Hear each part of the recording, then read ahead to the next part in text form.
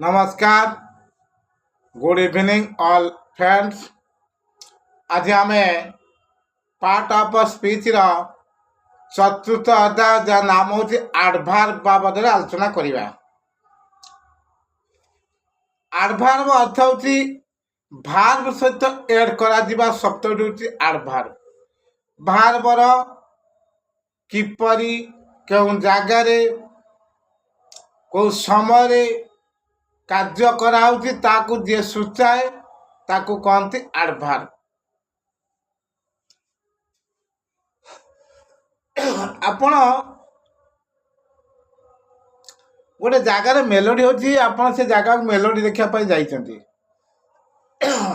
Melody देखी फेरला परे आपणकर बंधु आपणकर सांगसाथी कि आपणकर संपर्क कि आपण परिवार भितर कई जने पचारे जे मेलोडी देखा जाइथिलो किपरि मेलोडी हैला,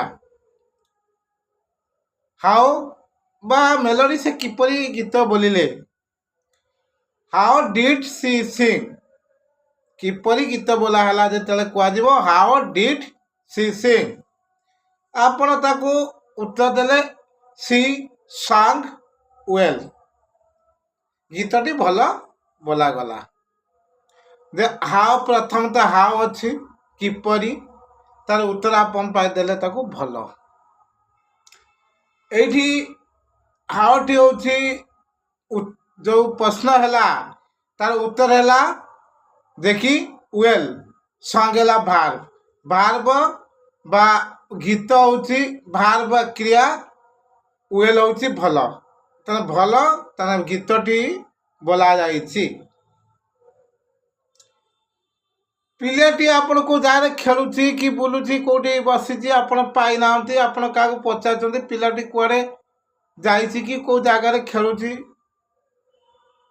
जेमति आपण पचारती where is the boy playing, पिलाटी के जारे खेलुची तार उत्तर आज्ञा से पड़ियारे खेलुची जदि तार उत्तर पाइबे the boy is playing in the field.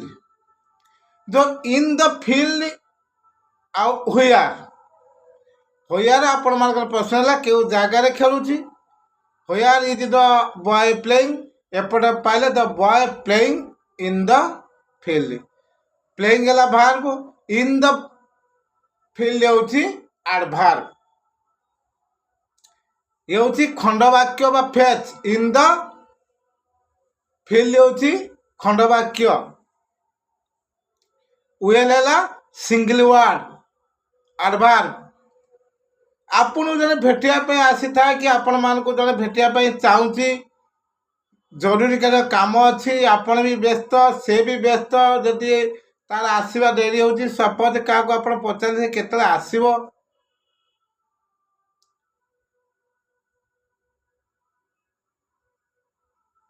When will he कम, से केतले आसीबो कि एमती भी आलोचना करती।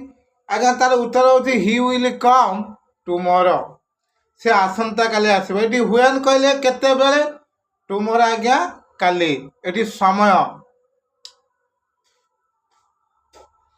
तेणु मोटामोटी भाव कहवाक गले भार्बर बा क्रियार किपरि को समय को स्थान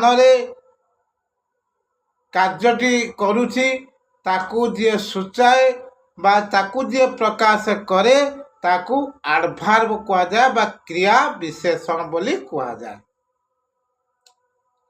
एई क्रिया विशेषण बा एडवर्ब वाक्य 9 प्रकार भाग करा जाइछि। एठी पिला माने जो छात्र छात्री माने मो भिडियोटी देखुचंती मने रखिया पई नोट करंतु। प्रथमे बा 1 number adverb of manner, 2 number adverb of place, 3 number adverb of time, adverb of frequency, adverb of degree और quality, adverb of focusing, adverb of reason, adverb of affirmation or negation, adverb of sentence, adverb of relative. A relative affirmation or negation ଆଉ adverb of reason, ଏ ତିନୋଟି adverb of sentence ଉପରେ ଲିପ୍ତ। ଏ ବାବଦରେ ଆଗାମୀ ଅଧ୍ୟାୟରେ ମୁଁ ବି ଆଲୋଚନା କରିବି। ତେଣୁ ଏଇ ଯେଉଁ adverb କେତେ ପ୍ରକାର ବୋଲି ମୁଁ କହିଲି, ତେଣୁ ଏଠି ଛାତ୍ରଛାତ୍ରୀମାନେ ମନେ ରଖିବା ପାଇଁ ନୋଟ୍ କରିଦିଅନ୍ତୁ। ବି ଆଉ ଥରେ ବି ମୁଁ କହୁଛି, adverb manner, adverb time, adverb place, adverb frequency, adverb degree or quality, adverb focusing, adverb sentence, adverb affirmation or negation, adverb reason, adverb relative।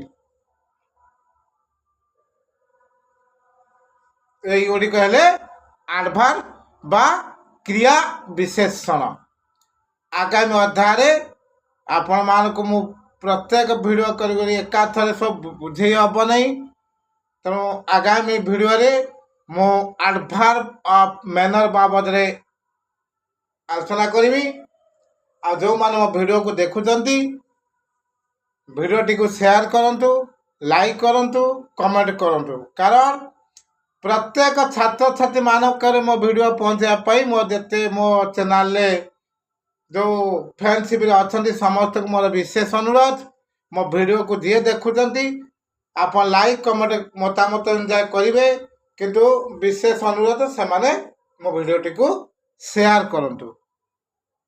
ଯଦି ଆପଣଙ୍କୁ ଏ ଭିଡ଼ିଓ ଭଲ ଲାଗିଥାଏ ଲାଇକ୍ କରିବେ, କମେଣ୍ଟ କରିବେ। ରହୁଛି। ଜୟ ଜଗନ୍ନାଥ, ନମସ୍କାର।